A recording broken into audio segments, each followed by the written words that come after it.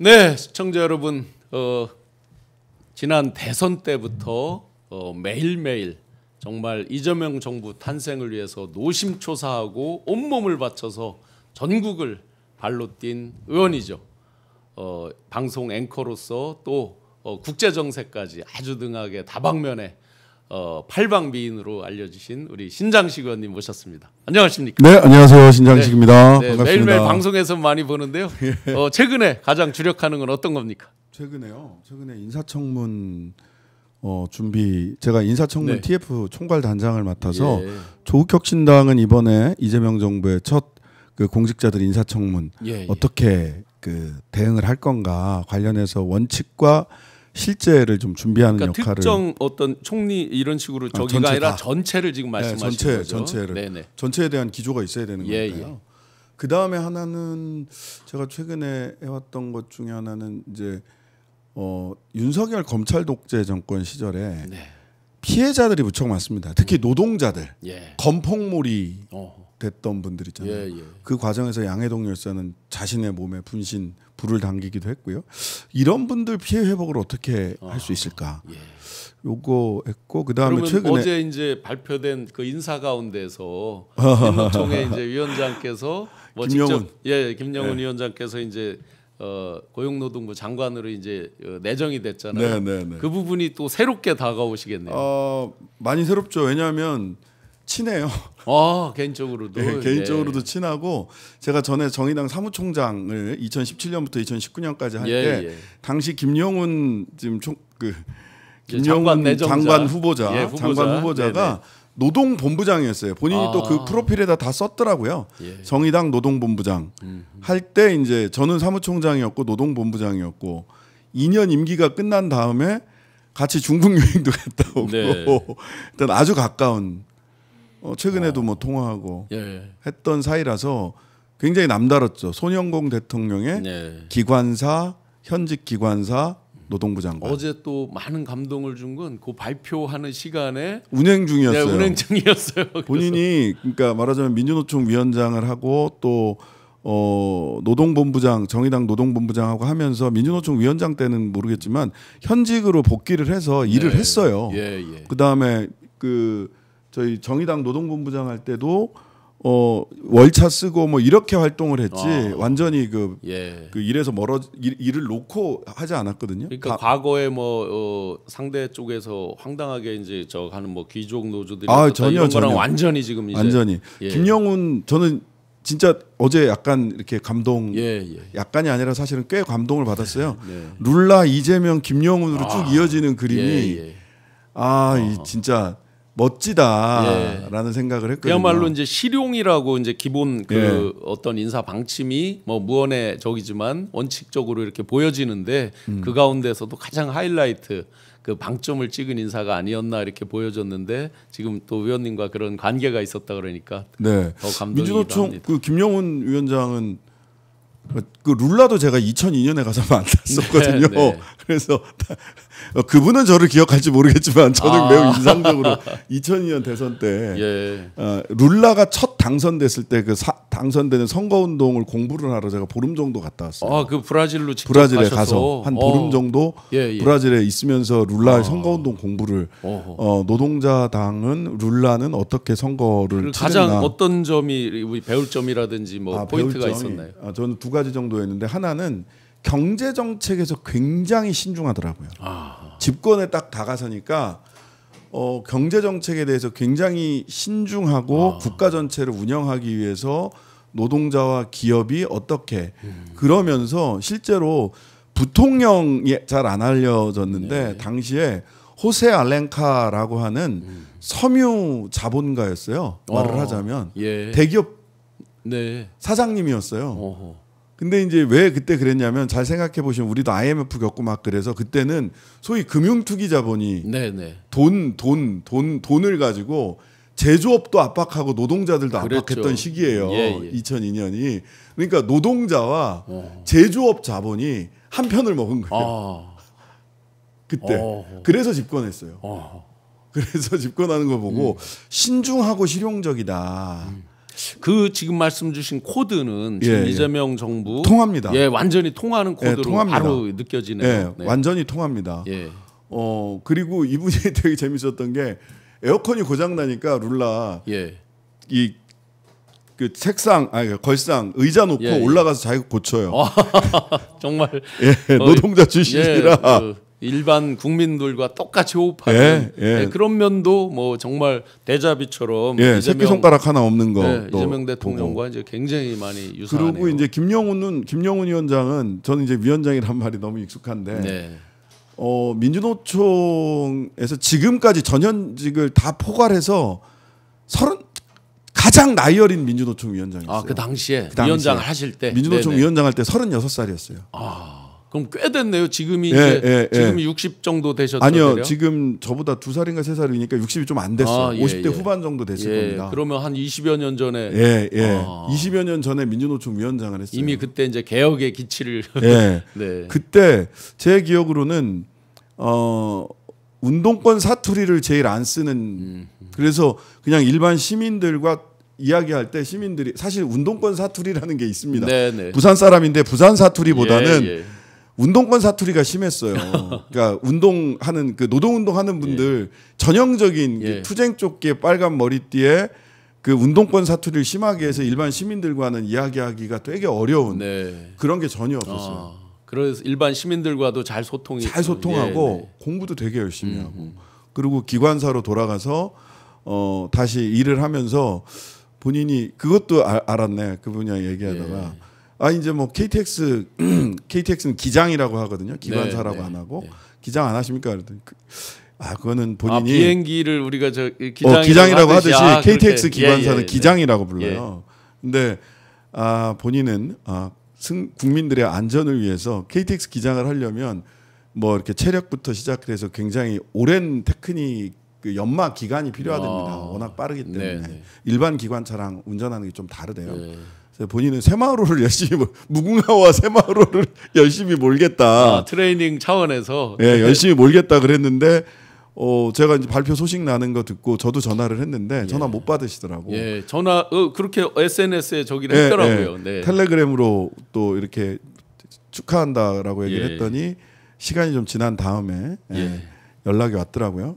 그래서 굉장히 기대가 크고요. 근데 한편으로는 걱정도 많이 됩니다. 어떤 걱정입니까? 사실 그 노동부, 여가부 뭐 이런 데들이 기재부에 막혀서 일을 소신껏 하기가 어려운 부처 중에 하나입니다. 모피아의 나라라는 말까지 생길 정도로. 그래서 아마도 지금 국정기획위원회나 이런 데서 보면 모피아 그 기획재정부를 그 이렇게 개혁하기 위해서 여러 가지 안들을 내놓고는 있는데 그다음에 이제 노동 현장에서 민주노총 위원장 출신이기 때문에 매우 강력한 여러 가지 요구가 있을 겁니다.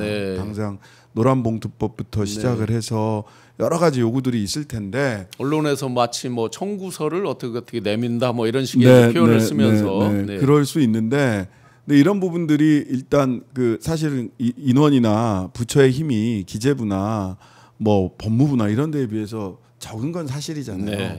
이런 가운데서 노동 현장에 일하는 노동자들의 피부에 와닿는 변화를 일으키기 위해서는 지금 뭐 대통령이 전 전폭적으로 지원해 주실 거라고 생각을 하는데 기재부의 벽, 기존 관료의 벽을 넘어야 되거든요.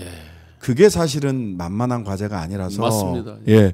그거를 해낼 만큼 굉장히 영민하신 분이고 노력하는 분이라는 신뢰는 있으나 정말 고생하는 자리에 갔다. 특히 이제 이 격변기에 어떤 그 업권 출신으로서 더 막중한 책임 이런 게 있을 것 같아요. 굉장히 어려운 자리에 갔다라는 생각이 들고 그래서 뭐 하여튼간에 응원하고요. 응원하고 그 마음 룰라 이재명, 룰라, 김영훈으로 이어지는 그런 노동자 서민의 삶을 실제로 몸으로 체득한 사람들의 마음에 그치지 않고 정책과 제도와 예산으로 제대로 구현되기를 바라는 마음이 굉장히 더 간절해졌고 이게 희망이 없으면 그런 간절함이 기대와 희망이 없으면 그런 간절함 뭐 쟤들 뭐 해봤자 이런 생각을 할 텐데 지금 이 세 분의 이렇게 쭉 이걸 보면 더 기대와 희망이 생겨요. 예, 네. 예, 저도 그렇습니다. 실제 이제 그런 간절함이 희망으로 승화가 되고 할 수 있도록 기재부 적극적으로 앞장서 도와주시기를 당부드립니다. 뭐 조직에 대한 개편 여러 가지 논의가 있지만 그 부분은 또 이제 흐름대로 가면 될 부분이고 본질적인 부분을 지금 짚어주신 거니까 네. 특히 뭐 기재부가 틀어주고 있는 게 이제 예산 돈이니까 네. 그 부분으로 잘 좀 저 백업해 주시면 좋겠습니다. 대통령께서 제가 지금 들어보니까 국정기획위원회에서 정부 조직 개편안 쭉 나오는 걸 보면 예산에 대해서는 대통령이 직접 책임져야 된다라는 생각을 강하게 하고 계신 것 같아요. 예. 그래서 예산처를 분리하는 방안이 적극적으로 검토되고 있다고 얘기를 들었고요. 옛날에는 그렇게 된 적이 있었죠. 예, 기획예산처가 옛날에 따로 있었어요. 그렇죠. 어차피. 그래서 뭐 없던 일을 하는 게 아니라 과거에 그러니까 그런 거잖아요. 대통령이 지시했는데 기재부 장관이 아니 돈 없어서 안 돼요. 라고 해서 뭔가 대통령의 정책 사업이 실현되지 않는 모습들을 우리는 확인했었어요. 맞아요. 앞으로 그런 일은 없어야 되지 않나. 라는 생각을 저도 굉장히 강하게 하고 있고요. 그다음에 아마 요거는 이제 아는 분들은 알고 모르는 분들은 모르실 수 있는데 공공기관 운영위원회라는 게 있습니다. 맞아요. 공공기관에 대한 그 평가 이런 걸 전부 기재부가 하고 있었죠. 있거든요. 기존에. 네. 그러다 보니까 사실은 뭐 저도 이제 그 몇몇 공공기관 노동조합 자문도 하고 뭐 이렇게 했는데 나중에 노동조합하고 사측하고 얘기를 하다가 사측에서 노동조합이랑 같이 기재부랑 좀 싸워주시면 안 될까요? 이렇게 얘기할 정도예요. 그게 이제 공공기관 운영위원회 통해 가지고 박하게 평가하고 그다음에 인원과 예산을 전부 다 공공기관의 인원 특히 인원과 예산을 전부 다 기재부가 통제를 하니까 경영 평가에 따라서 왜 A, B, C에서 그 보너스 뭐 이런 게 완전히 또 달라지잖아요. 완전히 달라지고요. 인원도 다 평가하니까 비정규직을 정규직화해야 된다라고 얘기를 하는데 인원은 기획재정부에서 다 통제를 하거든요. 그런 거 못했어요. 근데 이제 그래서 공공기관 운영위원회도 기재부에서 조금 빼서 뭐 총리실이나 대통령실이나 이런 데서 직접 평가를 해서 공공기관도 대통령과 총리라는 민주적 정당성을 가지고 있는 기관에서 직접 그런 가치와 철학에 맞춰서 운영할 수 있도록 통제하고 평가하는 것이 필요하지 않나 싶은데 그래서 총리실로 간다는 얘기가 있죠. 그런 이제 계획이 뭐 이렇게 얘기가 오가고 있더라고요. 이게 막 그 지금 우리 시청자 여러분들께서 들으시기에는 막 재미있고 화끈한 얘기는 아니지만 우리 중요한 얘기죠. 매우 중요한 얘기입니다. 매우 이재명 정부가 성공하느냐 아니냐를 평가할 수 있는 중요한 어떤 그 잣대가 될 수 있는 일이라서 맞습니다. 여기에 대해서 기재부 관료들이나 보수 언론에서 뭐 아마추어 정부니 뭐니 아마 이거 정부 조직 개편안이 나오면 아마추어 정부니 뭐니 포퓰리즘 정부니 이런 식의 비판이 올 거라고 저는 예상해요. 근데 뭐든지 개혁에는 바로 그 반동이 따르니까요. 그럼요. 근데 이 부분에 대해서 저는 미리 준비하고 있고 각오하고 있고 이 기재부 개혁과 관련해서 그다음에 우리 국민들 피부에 와닿는 개혁을 위해서 사실 보건복지부라든지 여가부라든지 노동부라든지 이런 쪽이 힘을 좀 가져야 되거든요. 맞습니다. 이런 쪽에는 저는 뭐 이렇게 타협 없이 싸우겠다라는 각오를 하고 있습니다. 곧 닥쳐올 일입니다. 예고편입니다. 그런데 어쨌든 이재명 정부의 성공을 위해서는 지금 말씀하신 그런 개혁 방향성이 시대적으로 이미 이제 여러 부작용들이 검증이 돼 있는 부분들이거든요. 그럼요. 그러면 어떤 방향으로 고쳐야 되겠다는 뭐 많이 공감이 있는 부분이라서 기재부 입장에서도 무조건 반대만 하고 뭐 기득권을 유지하고 이렇게 겁니다. 하기 어려운 부분으로 생각이 됩니다. 그러니까 어제 제가 인선을 한 가지만 더 말씀을 드리면 저는 뭐 어제 매부쇼 나갔을 때 그 3명을 딱 꼽았어요. 이번 인선에서 가장 눈에 띄는 사람은 3명이다. 하나는 김영훈이고 고용노동부 장관. 하나는 일병 출신 밀떡 국방부 장관 안규배. 일병 출신이세요. 일병. 방위 출신이라고 하면서 막 저기를 하죠. 방위 출신. 보수 언론들은 난리가 났어요. 방위 출신 밀떡 국방부 장관 안규배. 그 민간인 출신으로 5.16 이후 처음입니다. 5.16 전에는 또 있었더라고요. 5.16 이후에는 처음으로 민간인 출신, 장성 출신이 아닌 모두가 군 출신이죠. 일병도 군 출신이긴 합니다. 대한민국 남자들은 대부분 군 출신이긴 한데 어쨌든 전문 직업군인 출신이 아닌 장성 출신이 아닌 첫 국방부 장관 이 의미가 굉장히 크고요. 제가 청문회 증인으로 가서 이렇게 이제 진행하시는 걸 보니까 네. 뭐 사성장군 이런 분들 비교가 웬만한 분들 뭐 지금 안규백 의원님이 5선이죠. 예. 5선 내내 국방이었어요. 그 위원장으로 회의를 이끄시고 하는데 뭐 그때 이제 뭐 여인영 뭐 이런 분들 뭐 저 진짜 꼼짝 말아로 저기가 되더라고요. 네. 그 다음에 하나는 송미령 장관. 청문회가 없어요. 유임이라. 청문회 어떻게 해야 되나 생각을 했는데 보니까 네. 청문회가 없어. 그걸 굉장히 중요한 포인트로 보는데 어떻게 생각하세요? 유임되신 부분이요? 저는 이제 두 가지인데 하나는 이거는 공직사회에 대한 메시지. 네. 그러니까 매우 강력한 메시지다. 어제 매부쇼에서도 그 얘기 바로 했거든요. 그 진실을 말하고 네. 국정 철학에 맞춰서 유능하게 일을 집행할 수 있는 사람이라면 나는 쓴다. 네. 라고 하는 메시지를 공직사회에 보내는 거예요. 첫 번째 송미령 장관이 제가 인상적으로 사실은 송미령 장관에 대한 인상은 두 가지인데 하나는 네. 그 윤석열을 데리고 윤석열을 데리고 그 작년 총선 전에 그 NH 하나로마트 가가지고 대파 사태를 불러일으키는 주무장관이었었던 거고 그렇죠. 당시 거기로 안내했거든. 안 되는 대로 안내해야 되는데 대파 값이 제일 싼 대로 안내를 했던 이런 큰 실수가 하나 있었고 두 번째는 그 내란 직후에 그날 내란의 밤에 내란 국무회의가 있었느냐 없었느냐 거기서 무슨 일이 있었느냐를 사실을 이야기한 최초의 국무위원이 송미령 장관이었어요. 참석은 한 거고 본인이 참석을 했고 그거는 2, 3분 만에 했고 바짓가랑이라도 이소영 의원이 뭐 묻거나 할 때 그 국회 본회의에서 근데 이제 바짓가랑이라도 잡았어야 되는 거 아니냐 그랬더니 바짓가랑이 잡을 시간도 없이 2, 3분 만에 와서 거의 통제하고 그냥 나갔다. 뭐 하러 나가는지도 몰랐는데 계엄령 선포 그 국민 담화를 하더라. 선포 방송을 하더라. 그래서 그건 국무회의라고 할 수 없다. 라는 이야기들을 쭉 했단 말이에요. 네, 그림도 손으로 자석 배치 이런 거 그렸던 것 어디 같아요. 앉아 있었고. 그래서 일단 내란에 대한 태도가 내란 국무회의에 그 밤에 내란 국무회의라고 칭해지는 국무회의도 아니죠. 어떤 일이 있었나를 보여줬던 거고. 그리고 두 번째는 그 분골쇄신하겠다라는 얘기를 했어요. 그런데 저희 당 농어민위원회도 그렇고 농민단체다라든지 이런 쪽에서 걱정이 많습니다. 반대는 없었나요? 양곡관리법 뭐 그때 이제 그것 때문에 농어민위원회나 이런 데서 굉장히 비판적인 걸 내놨어요. 저는 뭐 정무적인 뭐 메시지 이런 거와 관계없이 당사자 입장에서는 충분히 비판할 지점들이 저는 있다고 생각을 합니다. 그 말하자면 그 양곡관리법 그다음에 농업재 보상법 등 해가지고 한 4-5개 한우법 등 뭐 해가지고 한 5개인가 법안에 대해서 형식상 주무장관이기 때문에 대통령에게 거부권 행사를 건의를 하는 주체입니다. 그렇게 했고요.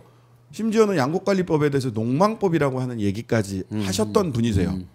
그러면 저는 아까 그 공무원들에게 주는 메시지 정무적 메시지는 메시지대로 존중하되 이 부분에 대해서는 송미령 장관이 반성문을 빨리 내셔야 돼요. 그 부분에 대해서는 그러니까 윤석열 농정에서 본인이 집행했던 것에 대해서 이런 부분이 본인은 그 당시에 이렇게 생각했지만 지금 돌이켜 보니 이렇게 평가한다. 따라서 새로운 이재명 정부의 그 뭐 농촌 기본소득까지 이야기하는 대통령 공약으로 얘기했으니까 이재명 대통령의 농정 기본 철학과 정책이 이러하니 이것을 나는 그럼 이렇게 집행하겠다. 뭐 분골쇄신이라는 이야기를 하긴 하셨어요. 이재명 정부의 성공을 위해서 분골쇄신하겠다. 근데 그런 이제 태도 말고 구체적인 정책에 대한 반성과 성찰, 윤석열 농정에 대한 그리고 이재명 농정에 대한 본인의 구체적인 계획을 내셔야 돼요. 지금 말씀 들어보니까 중요한 것 같은데 뭐라고 그랬냐면 정부에서 밝힐 때 인선을 해서 유임을 밝힐 때 이재명 정부의 철학에 동의한다 이렇게 했단 말이죠. 그러면 기존과 이제 태도가 바뀐 거잖아요. 바뀌었죠. 입장이 바뀌었으니까 그 기존에 했던 거에 대한 어떤 뭐 대국민 사과라든지 반성이라든지 뭐 있는 부분은 필요하다. 그리고 새로운 정부에서 왜냐하면 이분은 청문회도 안 해요. 유임이라. 그렇죠. 유임이라 청문회도 안 해. 청문회에서 뭘 물어볼 수도 없어요. 그러네요. 진짜. 그럼 본인이 스스로 국민들 앞에 밝혀야 걱정과 우려를 불식시킬 수 있을 정도의 의지를 그래도 의구심을 갖고 볼 겁니다. 네네. 어느 정도 걱정과 우려가 해소가 된다고 하더라도 말이 아니라 실천으로 네네. 보여줘야 되니까 예. 그것을 불식시킬 수 있느냐 이게 첫 단계예요. 청문회 예. 없는 장관이기 때문에 저는 이 부분에 대해서는 송미령 장관이 굉장히 적극적으로 국민들에게 본인의 입장을 네. 밝힐 필요가 있다라고 생각합니다. 아주 중요한 지점인 것 같아요. 예, 예. 기왕 인사 말씀하셨으니까 이건 그냥 번외로 예, 예. 이제 이 기존에 있던 장관도 유임을 하는데 이번 대선에서 이제 열심히 같이 공동으로 네, 네, 네. 이재명 정부 탄생을 위해서 노력하셨는데 조국 혁신당에서는 뭐 이렇게 천거하고 이런 건 없으셨어요? 저희들은 처음에 가장 중요하게 생각했던 거는 우리가 야5당 당시 야5당 민주당과 조국혁신당을 비롯한 뭐 3인당 기본소득당 진보당 등 야5당 그리고 광장의 국민들의 열망을 예, 예. 같이 합의하고 그것을 공개적으로 선언하는 것 네. 그리고 그 선언문 내용에 뭐가 들어갈 거냐가 저희들은 중심이었고요. 예. 그 협상 과정에서 뭐 제가 저와 뭐 몇몇 분들이 협상 실무를 담당했습니다마는 뭐 공동정부 구성이라든지 뭐 이런 부분들에 대해서는 아예 얘기를 안 했어요. 의식적으로 얘기 안 했어요. 네. 왜냐하면 우리는 저는 전에도 그 내란 과정에서도 말씀드렸다시피 이거 외계인 쳐들어왔다. 키세스 우주연 헌정수호 키세스 우주연합군을 네. 만들어서 이 외계인들을 물리치는 것이 목표고 현재 예. 우리 사회가 극복해야 될 과제다라고 생각을 했기 때문에 그럼 그 물리친 이후에 뭘 할 거냐에 대한 말씀만 드렸고요. 혹시라도 세상에 저는 여의도에 세상에 비밀이 없고 여의도에는 더욱더 비밀이 없습니다. 네. 잘 아시다시피 예. 혹시라도 뭐 그냥 뭐 농담 삼아서라도 그런 얘기하면 반드시 그렇죠. 다른 방식으로 왜곡돼서 나간다. 이만큼 얘기하면 이만큼으로 네. 그 왜곡돼서 아예 안 했어요. 네. 딱 하나 말씀드렸던 건 하나 있습니다. 공동정부가 아니라 가능하면 두 가지 말씀을 드렸는데 만에 하나 뭔가 제안을 하실 거면 당으로 제안해라. 이거는 문재인 정부 때 정의당에서 제가 겪어봤던 일입니다. 개인적으로 제안을 하면 마음이 있어도 못 움직입니다. 왜냐하면 사람 빼가기, 변절, 철새 그렇죠. 이런 평가를 받을 수 있어요. 네. 당대당으로 제안을 해야 이게 진지하게 논의돼서 공식적으로 제도화될 수 있다는 거 하나. 중요한 것 같습니다. 그다음에 두 번째는 아까도 말씀드렸다시피 소위 그 부처의 그 세가 좀 작거나 큰 부처들에 비해서 이런 부처 장관은 대통령 최측근을 임명해 주십시오. 그래야 일이 됩니다. 중요한 포인트네요. 진짜 작은 그 부처들, 작은 부처, 중소벤처기업부, 그다음에 뭐 여가부 같은 노동부 뭐 이런 데는 대통령이 가장 신뢰할 수 있고 대통령과 직접 대화하고 정책을 협의할 수 있는 그런 신뢰하는 최측근 오히려 그런 분을 임명해 주시라. 그것도 중요한 포인트네요. 아까 이제 기재부랑 역학관계도 말씀하셨지만. 어떤 그 구조적으로 이제 그런 데가 공무원도 적고 예산도 적고 그러다 보니까 힘이 없어요. 굉장히 중요한 일들을 한단 말이죠. 그래서 이제 뭐 그런 말씀 정도로 드렸지 그런 얘기를 아예 말씀을 안 했어. 얘기를 안 했어요. 그 진정한 조국 혁신당의 그 협치 노력을 볼 수 있었습니다. 지금 시청자분께서 하나 이렇게 달아주셨는데 저 밖에서 하나 확인을 해주시면 좋을 것 같은데요. 이 청문회에 주진우 의원이 안 왔다라고 안 오나요? 이렇게 저 글을 달아주셨는데 혹시 주진우 의원이 참석을 안 했는지 우리 스텝진에서 한번 그 확인을 해주시면 좋을 것 같습니다. 왜냐하면 우리가 계속해서 주진우 의원에 대한 그 비판이 있었는데 만약에 본인이 그렇게 그동안 마치 일타 공격수처럼 해놓고 참석을 안 했다면 김정훈님께서 청문회장에 주진우 의원 안 나오시나요? 이렇게 지금 질문이 있어서 되면 한번 확인을 해주시면 좋을 것 같습니다. 조금 또 번외 얘기인데요.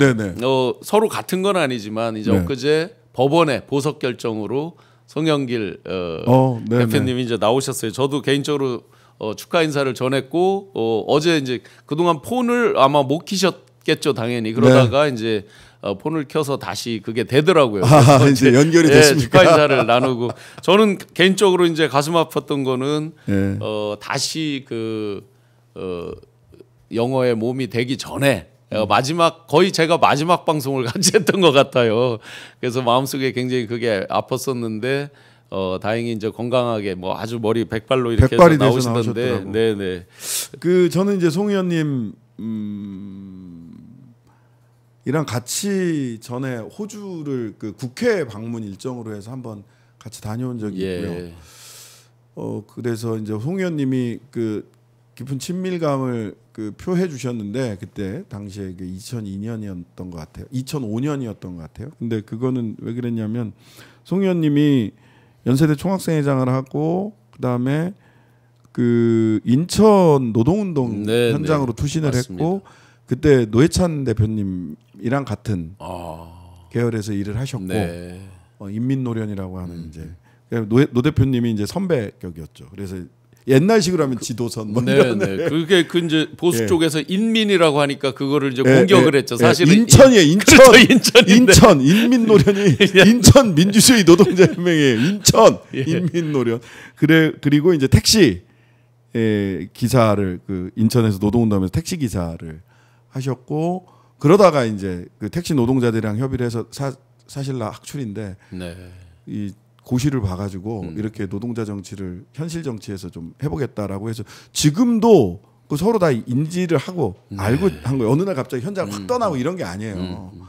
그래서 지금도 옛날 택시 노조 민주택시 노조 위원장이었던 구수영 위원장님이 지금도 송영길 석방대책위원회 위원장이에요. 택시 노동자들과 지금까지도 함께하는데 그 말하자면 1심 판결에서 이제 법정 구속이 됐잖아요. 그 이틀 전인가 한남동에서 집회하는데 따님이랑 같이 나와가지고 따님이랑 인사하고 키가 커요. 따님이 인사하고 워낙 송 대표님도 귀골이 장대하셔가지고 그랬던 기억이 있어요. 근데 송 대표님이 이제 나오셔서 보석으로 나오셨는데 제일 안타깝게 생각하는 거는 뭐냐면 실은 우리가 잘 봐야 되는데 송 대표님 왜 구속됐냐, 왜 법정에 유죄받은 게 뭐냐를 잘 봐야 돼요. 돈봉투 사건 그 한동훈이 나와가지고 출발은 그랬죠, 그죠? 돈봉투 사건으로 생각하잖아요 전당대. 그래서 뭐 봉투 부스럭거리는 소리, 뭐 어쩌고 저쩌고 이런 이제 말도 안 되는 얘기를 했는데 의원 몇 분에게 그 돈봉투를 돌렸다 당 대표 저기 할 때 돈봉투 부스럭거리는 소리도 나온다 뭐 이런 얘기까지 했잖아요. 그걸로 유죄받은 게 아니에요. 맞습니다. 그걸로 유죄받은 게 아니라 소위 먹사연이라고 연구단체가 있단 말이에요. 연구소가 먹고 사는 문제 통일과의 먹고 사는 문제 연구소인가 여기에 사람들이 회비를 내고 기부금을 냈는데 그게 불법 정치 자금이라고 그러니까 전혀 별건으로 수사를 한 거잖아요. 이걸로 돈봉투 사건으로 털다가 안 되니까 그 부분은 무죄가 됐죠. 무죄가 됐어요. 그런 다음에 이거 먹사연으로 갔는데 이거는 사실은 그렇게 털면 지금 전현직 국회의원들이 하고 있는 연구소나 이런 거요. 다 털립니다. 송영길처럼 털면. 자기들이 저 국힘의원들이 훨씬 많을 것 같은데. 훨씬 많아요. 훨씬 많아요. 그러니까 연구소에 그것도 본인이 직접 이사장이거나 이사진도 아니야. 송영길이랑 가까운 사람들이 이사진으로 있다. 따라서 거기로 돈 주는 거는 송영길에게 돈 주는 거다. 이런 논리거든요. 쓰리 쿠션 논리예요. 경제 공동체 하듯이. 이렇게 해서 유죄를 받았어요. 이거는 제가 보기에는 검찰했다. 기존에 정치 검찰이 이렇게 좀 억울한 부분이 있으신 거예요. 그래서 송영길을 탓하는 분들도 계시죠. 뭐 그때 왜 소나무당을 창당을 했냐 말았냐 뭐 등등부터 여러 가지가 있지만 사실은 그 당시 송영길은 매우 외로웠고 어제 출소할 때도 기골은 장대했으나 인걸은 간데 없네. 송영길 주변에 있던 그 많은 분들은 어디 계셨을까라고 하는 안타까운 마음도 들어요. 왜 그러는지도 이해는 합니다. 또 그래서 잘 나오셨고요. 늦었지만 잘 나오셨고 본인의 명예를 좀 회복하셨으면 좋겠다. 2심, 3심에서 좋은 결과 나오기를 기대합니다. 그래도 진짜 많이 힘드셨을 건데 제가 중간에 이제 면회를 가까운 이제 형님들과 이렇게 해서 체크를 해보니까 아주 많은 분들이 면회를 이렇게 신청하셔서 야 너까지 오려면 아직 한참 멀었어 이래가지고 저기를 못해서 따뜻한 마음들이 살아 있구나 라고 아주 좋았습니다. 그 굉장히 열려 있는 분이고 사실은 여러 가지 협치나 이런 부분을 인천시장 할 때도 많이 또 실행도 하셨고 원칙 철학 이런 거 워낙 좋으신 분이라서 그래서 이제 그거는 이제 법원의 일이었고 또 조국 대표님에 대한 부분도 잘 되시기를. 주진우 얘기 나오고 조국 대표님 나오니까 그 얘기는 좀 제가 드리고 가야 될 것 같아요. 그 저기가 윤재관 의원 저 대변인이었나요? 예, 법무장관 추천한다 하고 이제 한번 털려봐라. 네, 해학적으로 이제 저기를 했는데 거꾸로 황당하게. 예, 주진우 의원이 한국일보에다 단독 기사를 줬어요. 예. 조국 황제 수감 이렇게. 조국 황제 수감. 그래가지고 어떤 측면이 황제라고 합니까? 그러니까 뭐 서신 왕래가 몇 번이 있었다. 그 다음에 변호인 접견이 몇 번이 있었다. 그 다음에 일반 접견이 몇 번이 있었다. 이게 황제 수감이다라고 얘기를 했어요. 예. 178일 동안 96회, 월 평균 24회로 황제 수감이다. 근데 이거에는 전체 이제 접견 10분 이내 일반 접견이 많아요. 그거는 그냥 일반 접견 하는 거예요. 그러니까 예를 들어 저희 같은 사람이 신청했을 때 그러면 이제 가로막 있는 데서 그 접견 가보면 그러니까 면회라고 보통 얘기하는 시간 제한으로 시계가 거꾸로 10분. 이제 1987 이렇게 이제 가면서 딱 돼 있죠. 이거예요. 그 다음에 30분 정도 하는 장소 이동 접견이 있어요. 그 이제 흔히 특별 면회라고 얘기하는 장소 이동 접견이 있는데 그거 지금 6개월 동안 19번 했거든요. 근데 이게 뭐지? 이게 왜 황제 수감이지?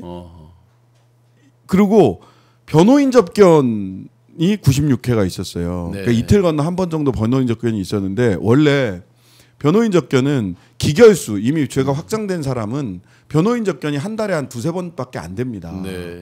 그런데 왜 96회를 했느냐? 황제 수감이냐? 지들이 벌려놓은 짓 때문에 그래요. 수감되기 직전에 또 울산 사건으로 피의자로 추가적인 그 기소가 있었나 보죠. 추가로 아직 기소까지는 안 되는데 피의자로 추가를 띄웠어요. 울산 사건. 근데 그 사건은 지금 황우나 송철호 울산시장, 백원우 이런 양반들이 전부 다 1심에서 유죄 받았고 2심에서 무죄 나왔어요. 무죄 났죠. 네네. 근데 무죄 났는데 그걸 또 띄운 거야. 그래서 지금 피의자 신분이에요, 조국은. 그러니까 지들이 피의자로 만들어놨기 때문에 변호인 접근이 가능한 거예요. 그러니까 기존에 이제 기결된 부분은 그건 변론이고, 요건 이제 새로운 사건이 또 피의자가 돼 있어요. 또 조사받아야 되고, 지들이 그 저질러 놓은 일이야. 그다음에 제일 황당했던 거는 서신 편지 많이 주고받았다고 황제 수감이래. 아니 편지 쓰는 거는 횟수 제한이 없어요. 원래부터. 전화할 수 없잖아. 그렇죠. 그러니까 편지 쓰는 거라고. 그러면 여기서 황제 수감이라고 하는 거에 비교 대상은 윤석열로 해야 되는 거 아니에요? 윤석열로? 제일 많은 사람은 우병우입니다. 우병우. 지금 선배, 주진우 그 특수부 선배 우병우 하루에 한 6번씩 접견한 기록도 있어요.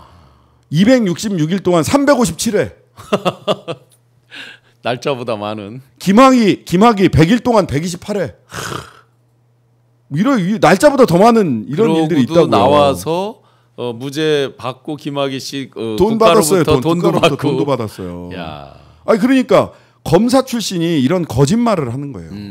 아니 저는 다른데 비교할 게 아니라 윤석열한테 비교해야죠. 그래 윤석열이랑 비교해. 윤석열은 원래는 그 이런 모든 접견이 주말엔 안 돼요. 휴일에는.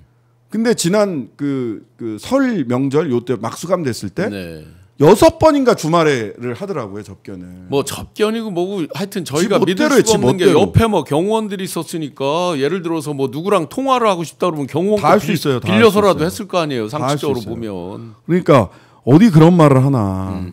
그리고 제가 주진우 이거 되게 웃겼는데 저는 본회의에서 그 세계 특검법 통과시킬 때 반대 토론을 한꺼번에 와서 주진우 의원이 하는데 아니 무슨 여당이 특검을 하냐. 원래 여당은 검찰들 시켜서 수사하면 되지. 왜 특검을 하냐. 저건 자백인가?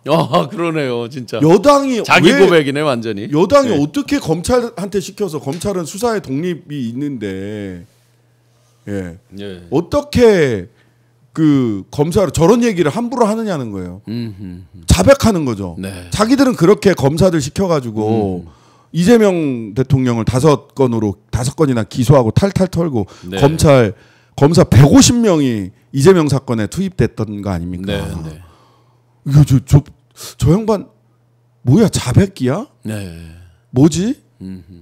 그래 그런 분이세요. 네. 지금 이해가 안 가. 지금 아까 이제 시청자 여러분께서 그 질문 주셨던 질문 주신 게 아니라 썼던 주진우 의원은 청문회 없나요 했는데요. 처음부터 자리에 앉아 있었다고 합니다. 라운드에서 약간 오른쪽에 지금 나옵니다. 처음부터 지금 화면에도 나오네요. 네. 없을 리가 없죠. 왜냐하면 입이 근질근질했을 것 같아요. 하도 그동안 자기가 일타 마치 공격수인 것처럼. 근데 저 이유가 있어요. 네, 왜 그런 건가요? 최혜병 특검의 참고인 내지는 피의자고요. 그렇죠. 예, 그 다음에 김건희 특검의 참고인 최소 참고인입니다. 네, 네. 법률비서관으로서 김건희 관련된 의혹들을 대통령실에서 방어하는데 본인의 업무 영역 안에 있었을 거예요. 원래 그렇게 해서는 안 되지만. 그렇겠죠. 상식적으로 보면. 그 다음에 최혜병 특검에서는 800-7070 44초간 전화 통화한 기록이 나왔고요. 네.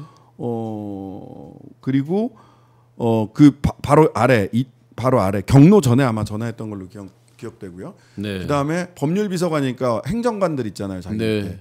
그쪽이 그 국방부의 유재은 법무담당관, 유재은 법무담당관이 이 박정훈 대령 사건이 군 검찰에서 저기로 넘어갔을 때, 최혜병 사건이 군 검찰에서 이 포항경찰서로 네. 경북경찰서인가? 경북경찰청. 경북청으로. 경북청으로 사건 넘어갔을 때 그걸 회수하는 과정에서 그걸 기획하고 실행했던 사람이 유재현이란 말이에요. 근데 유재현이랑 수시로 통화를 했던 기록이 다 있어요. 네. 그러니까 군 검찰까지도 그냥 다 대통령실에서 사실상 뭐 통제하듯이 했다. 그러면 최혜병 사건에서는 최소 참고인에서 피의자입니다. 그렇죠. 저는 소환 조사 받을 일이 출석 조사 받을 일이 얼마 안 남았다고 생각하거든요. 그래서 더 지금 세게 빌드업하면서 그러면 이제 조사 받기 시작하면 정치 탄압이다 하겠지. 그 논리를 만드는 그 빌드업이라고 저는 생각합니다. 저는 그렇게. 근데 많은 분들이 진짜 그렇게 보더라고요, 실제. 아하. 정말 그 뜨겁게 이게 지금 보니까 김민석 총리 후보자에 대한 인사청문회가 아니에요. 주진우 의원에 대한 청문회예요. 최소한 시청자 여러분께서는 정말 아주 격한 그 댓글들을 많이 주고 계십니다. 우리 신장식 의원님에 대한 응원의 글도 워낙 많이 있고요. 그 주진우 의원에 대해서는 뭐 그 아들 재산에 대한 부분 그리고 아버지 그 부친 수사에 대한 부분 뭐 너무나 다양하게 있어서 또 좀 전에 의원님이 말씀해 주신 것처럼 박계순님께서 주진우는 자기 고백이다. 지들은 그렇게 했으니까 이범석님. 네, 주진우 나왔다라고 여기 답을 주셨네요. 네. 김병기 원내대표께서는 김민석 후보자 국민께 신뢰를 드릴 것으로 확신한다. 그리고 만사를 제쳐놓고 민생 추경안부터 처리하자. 아마 이제 상대가 계속 아웃복싱하듯이 여러 가지 그 피해 다니면서 그런 측면이 있는 것 같습니다. 그래서 추경 가장 급하게 지금 처리하자라고 추경 처리하려면 아시다시피 예결특위가 빨리 구성이 돼야 되거든요. 그렇죠. 네. 근데 예결특위 구성에 그 지금 안 알려져 있어서 그런데 예결특위 구성에 나서지 않고 있어요. 그 위원장 자리도 내놓으라 그런다면서요. 지금 법사위원장하고 예결특위 위원장을 내놓으라 그런다면서요. 이게 이제 그 예결특위 위원장을 이번 주 중에는 원래 이제 각 상임위원장을 선출을 하는 거거든요. 원래 그 형식 절차상으로는 본회의에서 선출해야 되는데 예결특위 위원장이나 신임 상임위원장들, 법사위원장이나 이런 신임 상임위원장들을 이번 주에는 선출을 해야 그래야 6월 임시국회 안에 6월 임시국회가 다음 주 금요일 7월 4일 날 끝나거든요. 그래야 추경을 국회에서 의결할 수 있습니다. 정부에서는 이미 이제 해서 국회의를 통과해서 제출했고, 국회로 넘어와 있어요. 그 침대 축구 하는 거거든요. 추경을 볼모 삼아서 침대 축구 하고 있는 겁니다. 이렇게 하면 안 돼요. 다른 걸 싸울 건 싸우더라도 지금 추경 볼모 삼아 가지고 할 게 아니에요. 추경에 문제가 있으면 예결특위 위원장하고 위원장 선출해서 예결특위 구성한 다음에 내용을 가지고 얘기를 하라고.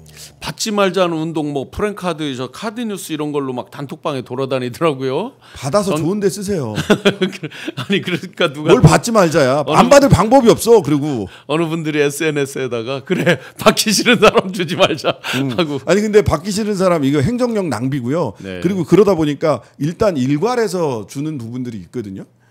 그러니까 받기 싫다고 해서 안 받을 수 있는 게 아니에요. 그러니까 차라리 좋은 데 쓰자 운동을 하려니까. 맞습니다. 그 더 황당한 거는 지금 이제 자영업자들 9월이면 그 50조 대출 나간 거 만기되고 더 연장도 못 되잖아요. 그럼 지금 배드뱅크니 뭐니 정말 지금 절박한 벼랑에 있잖아요. 근데 그 벼랑으로 만든 마지막 정점을 찍은 게 12.3 내란. 그것 때문이에요. 그 이후에 소상공인이 불과 3개월 만에 30만 명이 줄어들었거든요. 코로나 때보다 더 어렵다라는 이야기가 자연스럽게 이게 나오거든요. 자기들이 만들어 놓고 그걸 마중물을 벗어라도 어떻게든지 최소한의 그 선순환을 만들자는 그 노력인데 자기들이 오물은 싸놓고 거기다가 완전히 그냥 누워서 뒹구르는 형국을 지금 하고 있으니. 그다음에 제가 보기에는 이제 자영업자 뭐 쿠폰하고 이런 거는 이미 여러 차례 논쟁이 됐기 때문에 이번에는 언론에서 많이 얘기하기가 어려울 거예요. 네. 근데 이제 제가 예상하는 이제 그 경제지들을 비롯해서 국민의힘에서 나올 얘기가 있습니다. 사실 예산 자체는 그닥 많지 않은데 그 소위 채무조정 프로그램 있잖아요.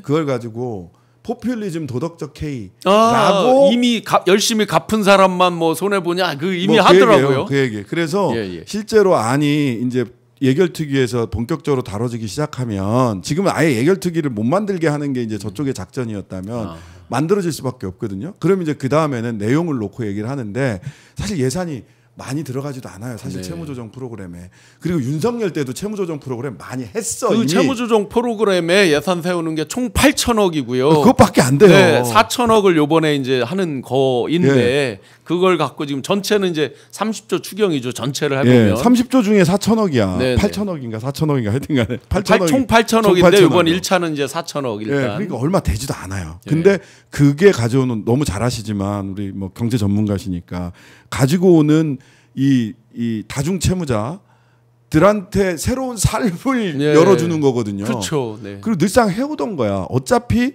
7년이 넘어가가지고 7년이 넘어서 이거를 채권을 회수하는 게 거의 불가능해. 그러면 이 사람을 계속해서 그 늪에다가 하는 것보다는 그 채권을 사서 소각한다는 거 아니에요. 그렇죠. 이건 원래 하던 일이고 신용보증기금이나 여러 군데서 하던 일이고 그래서 사실은 저는 신중하게 하시는데 제 입장에서는 조금 더 적극적으로 했으면 좋겠다라는 거거든요. 채무조정. 사실 채무조정 프로그램이 적은 돈으로 국민들을 빛의 나락 그 고통으로부터 구해낼 수 있는 굉장히 효과적인 프로그램이거든요.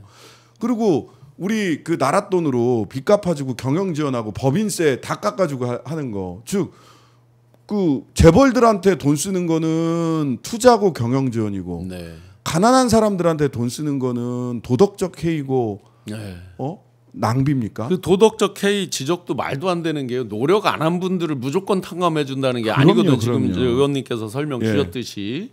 그다음에 이제 더 문제가 되는 게 지금 일반 소상공인들 연체율이 한 1.6% 많을 때는 2% 된 적도 있지만 그런데 좀 전에 말씀 주신 이런 다중채무자들 극한 상황에 간 분들은 10.5%가 넘어갔어요. 연체율이. 맞아요. 그러면 최소한 10명에 1명 이상은 다 지금 이 연체를 하고 있다는 얘기인데 그건 우리가 소상공 자영업자 이런 분들을 더 눈여겨보는 건 여러분들께서 시청자 여러분들이 문 열고 밖에 나가면 눈에 보이는 건 다 소상공 자영업자예요. 맞아요. 기업들은 우리가 뭐 평소에 이렇게 찾아가거나 이게 일반적으로 매일 접하는 게 아니잖아요. 근데 우리 딱 문 열고 나가서 뭐 슈퍼를 간다 뭐를 한다는 게 다 소상공 자영업자거든요.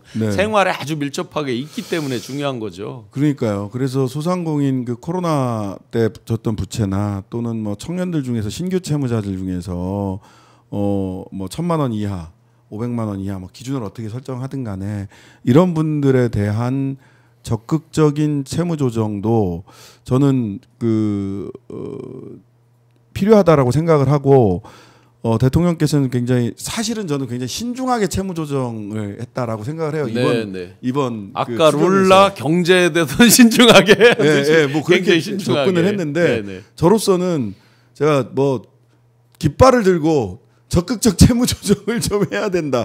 경기도에서 해봤어요. 그 재윤경 의원이 이사장으로 있었던 주빌리처럼 주빌리 은행 이게 이제 주빌리 은행을 해서 경기도 안에서 적극적 채무 조정 할 수 있는 새로운 그 배드뱅크 같은 걸 만들어서 해보셨거든요. 그리고 그게 얼마나 서민 경제를 활성화시키는데 도움이 되는지를 직접 경기도에서 해보셨고 성남시 경기도였나 성남시였나 헷갈리는데 경기도였던 것 같아요. 여튼 재윤경 전 그 의원이 그거를 직접 하셨기 때문에 저는 신중하게 첫 발을 내디디시되 올 하반기 그다음에 내년까지 가면서는 조금 더 우리 코로나 때문에 고통받았던 소상공인들 그다음에 청년층 신규 대출 때문에 20대부터 다중채무자가 되는 이런 것들은 좀 막아야 되지 맞습니다. 않나. 저는 이 정책 기조에 대해서 이들이 과연 비판할 자격이 있는가에 대해서 없어요, 화가 나는데요. 없어요. 항상 그들이 주장하는 게 보수가 정권을 잡으면 스몰 가버먼트라고 얘기를 하고 뭐 그레이트 코리아, 그레이트 아메리카를 이제 흉내내는 거죠. 그래놓고 맞아요. 국가 부채는 왜 이렇게 늘어났습니까? 국가 부채 엄청 맨날 건전재정 하더니 건전재정을 한 번도 한 적이 없어. 3년 내내. 그리고 소상공인 부채는 왜 1130조까지 왜 간 거예요? 본인들이. 그러면 이게 어느 특정 정권의 탓도 아니지만 이걸 해결하기 위해서 노력하는 거에 대해서는 협조를 해야 될 거 아니에요. 그러니까요. 그리고 그 기재부에서 맨날 세수 추계 엉뚱하게 해놓고. 네, 맞습니다. 그 책임져야 됩니다.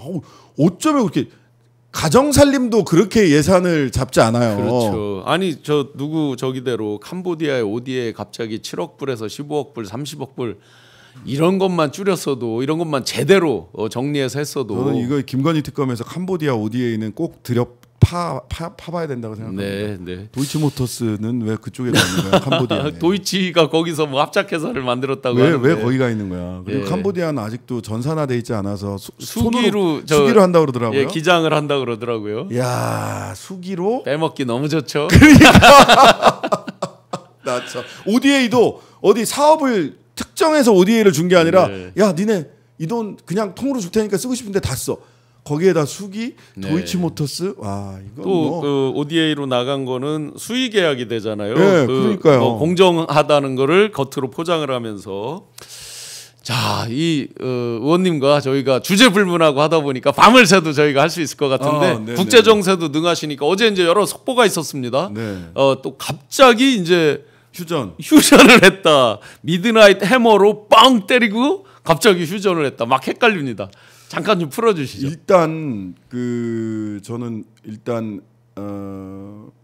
이 정의로운 전쟁은 전 없다. 더군다나 방어하는 전쟁은 정의로울 수 있어요. 침략 전쟁 중에 정의로운 전쟁이 있었나? 명백히 침략 전쟁이거든요. 그러니까 오죽했으면 유엔 사무총장 구테우스 사무총장도 이거 안 된다. 니네 국제법 다 어겼다라고 얘기를 하잖아요.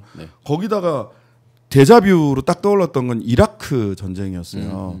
이라크 전쟁을 할 때 소위 처음에는 핵이 있다고 했다가 대량 살상 무기 WMD라고 그래서 대량 살상 무기가 있다라고 해서 그걸 타격한다고 해서 이라크 전쟁 들어갔잖아요. 없었어요. 없어지니까 나중에는 닉 체니 럼스펠드죠. 럼스펠드 등이 그 당시 국방부 장관 했던 뭐라고 얘기했냐면 고귀한 거짓말이라고 그랬어요. 고귀한 거짓말. 거짓말이라는 게 드러나니까 무슨 소리야. 그래도 미국의 이익을 위해서 우리가 했던 거짓말은 고귀한 거짓말이야 라고 얘기를 했거든요. 지금 그 트럼프는 고귀한 거짓말도 아닌 막 나가는 거짓말을 지금 하고 있는 거고. 안 그래도 미국 내에서도 지금 강력한 반발이 있습니다. 엊그제 그 공격한 거에 대해서. 막 나가는 거짓말 하고 있는 거고 그다음에 국내적 요인을 국내 정치에서의 위기를 시선을 돌리기 위한 민간인 희생을 불사한. 근데 이스라엘도 마찬가지고 지금 미국도 마찬가지고. 네타냐후도 그렇고 트럼프도 그렇고 국내적 정치. 그러니까 네타냐후는 지금 전쟁이 중단되면 어느 쪽하고든 이 전쟁이 중단되면 그냥 바로 실각이에요. 내년도에 저기가 선거가 있고 사실상 지금 인기가 완전 바닥이었어요. 그 사법부하고도 의회하고도 다 사이가 안 좋아요. 그리고 법정에 저기로 뭐 일종의 전범처럼 써야 되는 그것도 있죠. 그래서 네타냐후는 전쟁이 중단되면 실각이야. 근데 이제 그래서 새로운 전쟁을 하려고 했던 것이고 미국이 전쟁을 시작하니까 자기도 전쟁에 참여한 것 같은 이런 거고 트럼프는 관세 협상 그 타코 얘기하잖아요. 트럼프 always chicken out. 항상 질러놓고 먼저 도망간다. 질러놓고 먼저 도망. 저는 트럼프가 이거는 소위 국제전에서의 국제 외교 전쟁에서의 또 타코한 거예요. 네. 질러놓고 또 도망간 겁니다. 네. 질러놓고 24시간 안에 휴전하겠다라고 얘기를 한 거죠. 물론 이란 입장에서도 굉장히 부담스럽기 때문에 굉장히 제한전을 했어요. 어찌 보면 이게 서로 그 약속 대련인가 싶은 정도의 그런 제한전을 정도로 결과는 그랬죠. 네. 미군 저기를 때릴 때도 미리 알려주고 하고. 미리 네. 사실상 통보죠. 3쿠션 우리 옆나라 통해서 통보했잖아요. 그래서 저는 이거는 굉장히 미국이 일단 트럼프 미국 전체가 아니라 트럼프의 잘못된 판단, 추악한 전쟁을 시작한 건데 always chicken out 도망갈 거라고 보고요. 예. 그러고 나면 또 다른 데로 관심을 돌릴 겁니다. 계속 이슈를 옮겨가면서 본인의 또 그 자국 내 지지율 이런 것도 연동돼 있겠죠. 계속 이슈를 옮겨가면서 하는데 이제 국내 우리나라로 돌아와서 놓고 보면 이제 두 가지 고민인데 하나 호르무즈 해협이 막힐까봐 제일 큰 걱정이죠. 네. 전 세계 원유의 한 80% 정도가 호르무즈 해협을 통해서 지나가니까 이러면 이제 우리가 원유가 없으면 안 되는 그렇죠. 나라니까. 안 그래도 지금 석유화학이나 이런 거 다 힘든 저기가 돼 있는데. 네, 그래서 실은 근본적인 대책도 필요해요. 언제든지 중동은 화약고기 때문에 무슨 일이 벌어질지 모르니까 하나는 수입선을 다변화하는 것도 필요하고 그 다음에 하나는 보다 근본적으로는 이재명 대통령께서도 말씀을 하셨으니까 재생에너지의 고속도로를 만들겠다라는 말씀을 하셨기 때문에 아리백과 이런 에너지 위기에 대비해서 재생에너지 비율을 에너지 믹스를 해서 재생에너지 비율을 점점점 올려가야 된다라고 하는 게 한 번 더 확인된 거죠. 그럼요. 사실은 그게 되게 중요하다고 저는 생각을 하고요. 많은 국민들이 이제 아시고 있지만 재생에너지에서 OECD 선진국 중에 대한민국은 거의 꼴찌입니다. 꼴찌입니다. 꼴찌. 꼴찌고 그러면서도 이제 원전 비중을 계속 낮추고 있고 다른 선진국들은 심지어 대만까지 그렇게 낮추고 있는 거란 말이죠. 그리고 당장 제가 보기에는 이제 데이터 센터를 그 울산에다 지었지만 그게 원전이 가까이 있어서 그렇다라고 얘기를 하지만 대구 쪽에 재생에너지 단지도 있어요. 사실 재생에너지 단지도 있고 그 다음에 서해안 따라서 재생에너지 단지를 쭉 만들어 가겠다.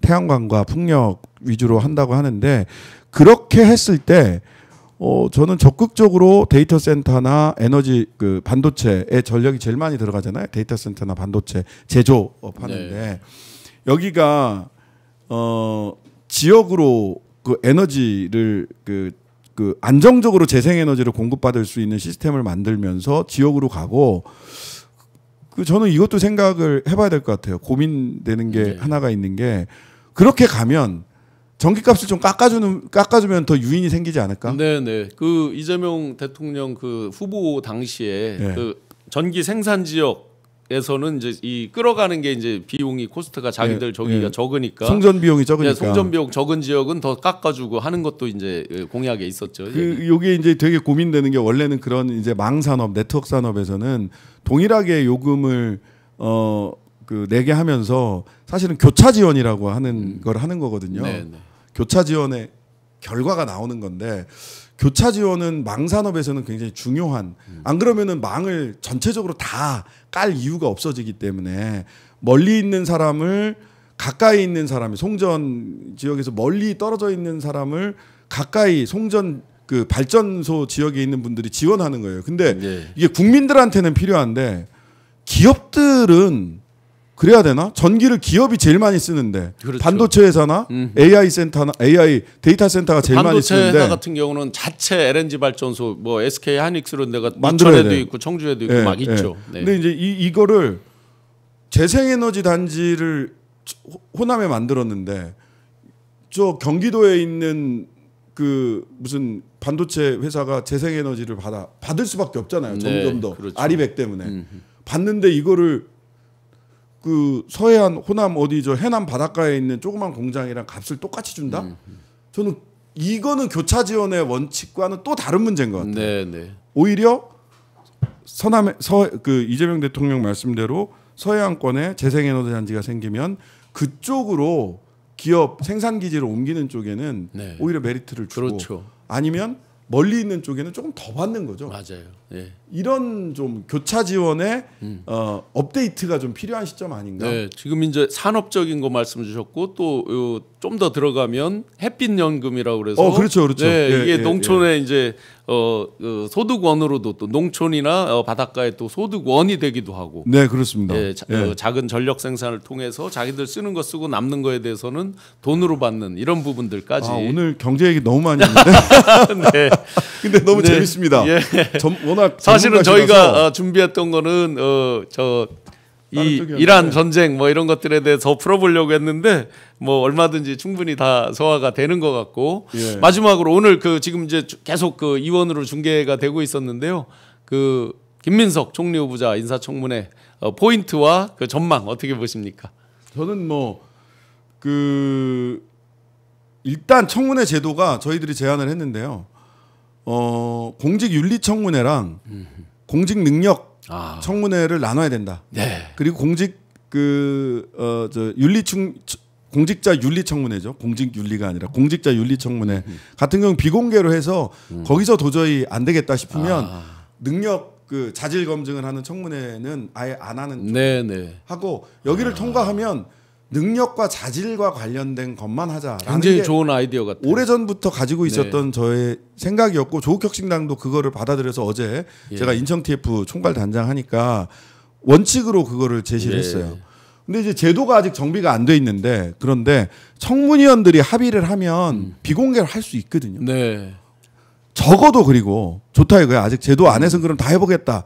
적어도 자녀 문제나 질병 문제나 이런 부분들은 이런 민감 정보가 드러날 수밖에 없고 하는 영역에 대한 이슈들은 비공개로 해야 됩니다. 그렇죠. 뭐 지금 망신주기를 위한 망신주기 막 억지로 낙마를 시키기 위해서 오로지 빌드업 차원의 막 여기저기 언론에 미리 뿌려놓고 하는 이런 것들은 없어져야죠. 저는 이걸 기억하는데요.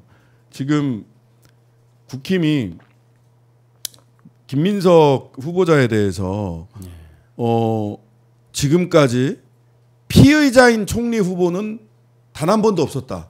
그렇게 지금 그렇게 얘기하고 있죠. 자기네가 고발을 해놓고. 그렇죠. 이거예요. 이종배라고 하는 고발 전문 국힘 서울시의원 프로 고발러. 지금 서울시민 세금 받고 고발해. 그 전에는 뭐 법세련인가 뭐 하여튼간에 이쪽으로 해서 자기 단체에서 고발하더니 2022년부터는 이 단체 고발은 하나도 없어지고 다 이종배 개인 고발로 바뀌었어요. 거의 뭐 한 달에 지금까지 2022년부터 지금까지 보니까 80몇 건인가를 고발했어요. 대단한 본인 혼자 감당이 되나? 하여튼간에 재밌는 분이에요. 네네. 재밌다라고 표현을 하는 거를 좀 굉장히 중의적으로 받아들여주셨으면 좋겠습니다. 저도 고발 당했던 것 같은데 방송할 때. 여튼 고발을 해. 그리고 하루 만에 배당을 해. 검찰이 형사부에다가. 그러고 기다렸다는 듯이 피의자 프레임을 딱 씌우는 거죠. 근데 이게 뭐냐면 2019년에 조국 장관 청문회 때 갑자기 인사청문 박주민 의원이랑 같이 어제 방송하면서 얘기를 들었는데 12시가 되기 전에 12시면 청문회가 끝나는데 아니면 차수 변경을 해서 12시 넘어서도 하든지 아니면 해산했다가 내일 하든지 뭐 해야 되는데 휴정을 하고 자꾸 시간을 끌면서 아무것도 결정을 안 하는 거예요. 그때 김도우 위원장이 아마 청문회 법사위 위원장으로서 청문회를 진행을 했는데 그런데 갑자기 질문을 12시 직전에 질문이 쏟아지기 시작을 합니다. 부인이 기소되면 후보자직에서 사퇴하겠냐 라는 질문을 갑자기 해요. 그러고 기소됩니다. 12시 직전에 정경심 교수가. 그럼 기소되는 걸 자기들은 알고 있었어요. 기소될 때까지 시간 끈 거예요. 그리고 공소장이 들어간다, 기소된다. 여기 한번 소환 조사도 한번 안 했거든요. 그거를 검찰과 국민의힘이 짜고 내통하고 그렇게 얘기한 거예요. 갑자기 딴 얘기하다 갑자기 부인 기소되면은 시간 끌고 하다 부인 기소되면 당신 사퇴하겠냐. 그러고 나서 바로 기소합니다. 12시 직전에 자정 직전에. 그렇게 검찰과 국민의힘이 내통하면서 이런 일을 해왔어요. 그 내통의 핵심 길목에 누가 있었냐. 윤석열, 한동훈, 주진우 이런 분들이 계셨던 겁니다. 근데 그 짓을 또 하고 있는 거예요. 세상 바뀔 줄 모르는 겁니다. 세상 바뀐지 모르는 거예요. 그렇죠. 오늘도 또 어떤 일이 벌어질지 모르겠네요. 그러면 좀 전에 말씀 주셨던 아이디어, 그 윤리에 대한 부분과 업무 능력에 대한 부분을 별도로 해서 1차적으로 윤리에 대한 부분을 보고 소위 이제 낙마를 시키기 위해서 어거지로 망신 주기 이런 것만큼은 조금 사실은 눈살 찌푸린 정도가 아니라 화가 나는 게 너무 많거든요. 아니 전처 현처 이게 뭐예요? 방송에서 말하기도 참 못한 아침 막장 드라마. 예, 맞아요.